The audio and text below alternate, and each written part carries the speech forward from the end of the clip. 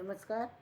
MHD 7 के अंतर्गत आज हम जानेंगे पियाजे के संज्ञानात्मक विकास की 3 प्रक्रियाएं। जीव का अपने वातावरण के हिसाब से अपने विकास के दौरान अनुकूलन। जीव का अपने वातावरण के अनुसार, वातावरण जैसे कहीं का, जैसे राजस्थान का गर्म है तो पहाड़ों का जो है वो ठंडा होता है, या फिर हम समतल स्थानों का और जगह का देखें तो वहाँ का सामान्य होता है, तो कहीं का किसी अन्य तरह का, तो उसके अनुसार उसका विकास कैसा हो रहा है ये देखना। दूसरा, अपनी संरचना के निर्माण के दौरान बुद्धि का विकास। संरचना किसी की पुरुष की है, किसी की महिला की है, कोई पशु के रूप में है, उसका उस रूप में विकास कितना हो रहा है, उसका उसी रूप में जिसमें जितना विकास होना चाहिए उतना ही हो रहा है, या उससे अधिक हो रहा है, या उससे कम हो रहा है, इस बारे में जानकारी करना। संज्ञानात्मक संबंधों का संगठन और उसके द्वारा जो संज्ञानात्मक संबंध हैं उनका संगठन करना, कि वो उनके साथ उसके जो संबंध हैं, जो उसके वो हैं, विचार हैं, वो दूसरों से किस तरीके से मिलते हैं, इस बारे में पता करना।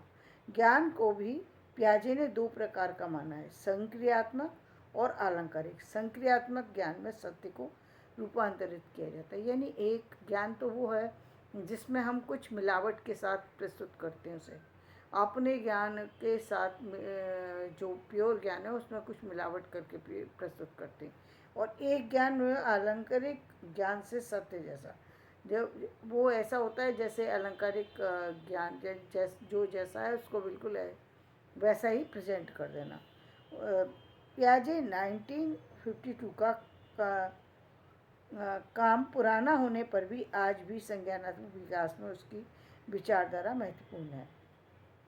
आधुनिक मनोभाषा विज्ञान में पियाजे का यह मत महत्वपूर्ण है कि मनुष्य की तार्किक क्षमता अंतर्निहित है, ना कि सीखी हुई। उनका कहना ये है जो तार्किक क्षमता है वो सीखी हुई क्षमता से नहीं मिलती, वो तर्क करने की क्षमता उसकी बुद्धि पर निर्भर है, क्योंकि बुद्धि तो उसकी अपनी कुदरत की देन है, यानी उसके किसी के अंदर तार्किक क्षमता ज़्यादा होती है, किसी के अंदर जो है वो जो क्या बोलते हैं, जो जैसे जिसे हम देखते हैं आज एस्ट्रोनॉमी के बारे में जानना, यानी या अंक मैथ से रिलेटेड जानना, किसी के मतलब बुद्धि में उस तरह की क्षमता ज़्यादा होती है कि वो गणना कर पाए, किसी भी चीज़ को कैलकुलेट करने में उसकी बुद्धि ज़्यादा जो है काम करती है।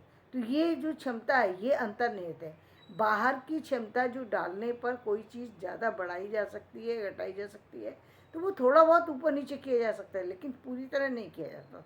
पूरी तरह से जो क्षमता है वो व्यक्ति की उसकी अपनी क्षमता है। मनोभाषा विज्ञान में उसने बच्चों की भाषा की संरचना के संदर्भ में ये माना है कि संवेदनात्मक गति विकास में महत्वपूर्ण है। इस पृष्ठभूमि के आधार पर उसने बुद्धि को मानसिक संरचनाओं के संदर्भ में वर्णित किया है कि बच्चे में उस समय आती है जब अपने को वातावरण में समायोजित करने में वह विभिन्न चरणों से गुजरता है।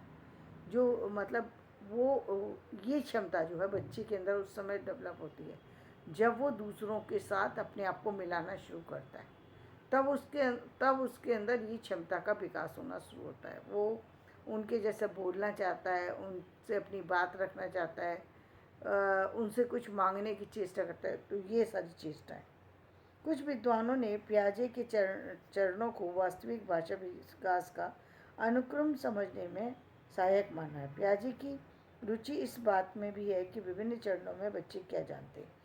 देखिए, इसमें यहाँ पर एक बात है, जो पियाजे जो बता रहे हैं, इसमें जितनी भी बातें बता रहे हैं वो भाषा से रिलेटेड कम है, वो विज्ञान से रिलेटेड ज़्यादा है, मनोविज्ञान से रिलेटेड ज़्यादा है। इसलिए लोगों ने कहा कि भाषा से पहले इनके बारे में भी चर्चा होनी चाहिए, इसलिए मनोभाषा विज्ञान इसका नाम यहाँ रखा गया है।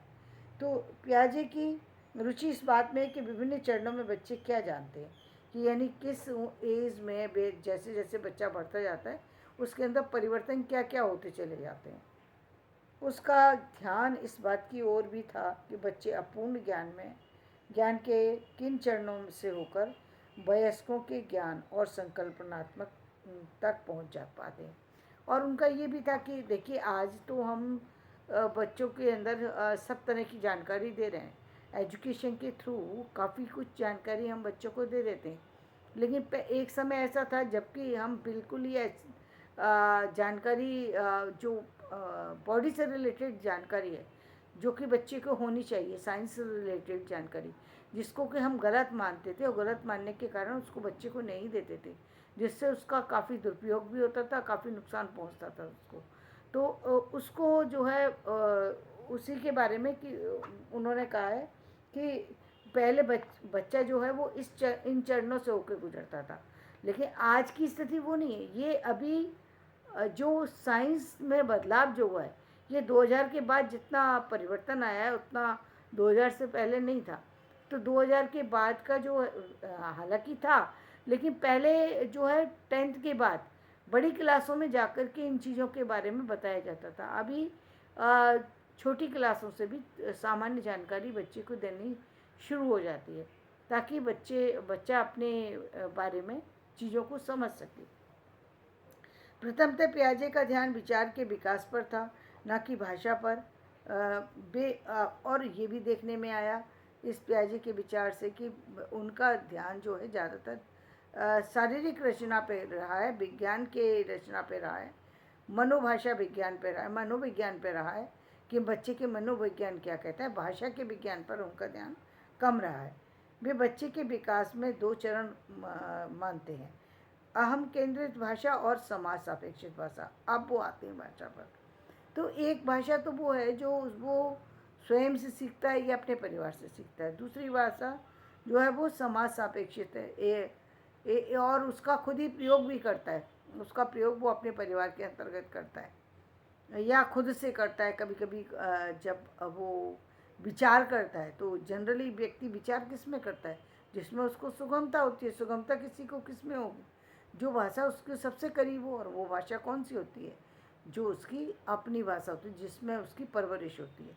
उस भाषा को वो जो है उसी में विचार करता है। और समाज सापेक्षित भाषा वो है जो उस जगह की, उस जो है ऑफिस की, उस कॉलेज की, या जो स्कूल की, जहाँ व्यक्ति रह रहा है या जिस समाज में रह रहा है, परवरिश हो रही है उसकी, या वो वहाँ पर काम कर रहा है, या फिर वहाँ पर उसकी और तरह की ग्रोथ हो रही है, तो वहाँ पर वो उस भाषा को यूज़ करता है जो वहाँ की डिमांड हो। वहाँ पर वो उसी भाषा को यूज़ कर सकता है। और यदि वो अपनी भाषा यूज़ भी करे तो वहाँ की व्यक्ति समझेंगे नहीं, उसको आंसर नहीं कर सकते, इसलिए वहाँ पर वो उसी भाषा को यूज़ करता है जो सामाजिक भाषा है, समाज में जिसका प्रचलन चल रहा है।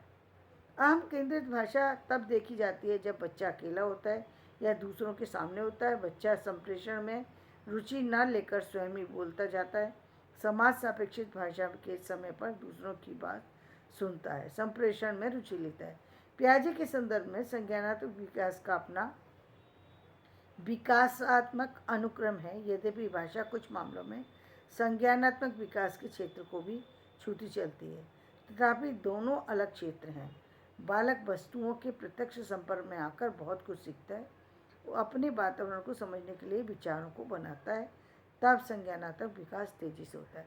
और ये बदलाव कब होता है, जब वो अपनी उस भाषा से आगे कब बढ़ पाता है, जब वो समाज के अंदर जाकर के नई चीज़ों को सीखना शुरू करता है, उनके संपर्क में आता है, उन चीज़ों का अध्ययन करता है, तब वो उसके अंदर विचार में परिवर्तन आता है, ठहराव आता है, भाषा में परिवर्तन आता है, भाषा में ठहराव आता है, अन्य भाषाओं को सीखता चला जाता है, अन्य व्यवहारों को सीखता चला जाता है। तो आज का टॉपिक मैं यही समाप्त करती हूँ, क्योंकि फिर बड़ा हो जाएगा, फिर दिक्कत आएगी, मुझे वीडियो बीच में समाप्त करना पड़ेगा। तो धन्यवाद। मेरा वीडियो पसंद आए तो इसे लाइक करें, शेयर करें और सब्सक्राइब करें। धन्यवाद।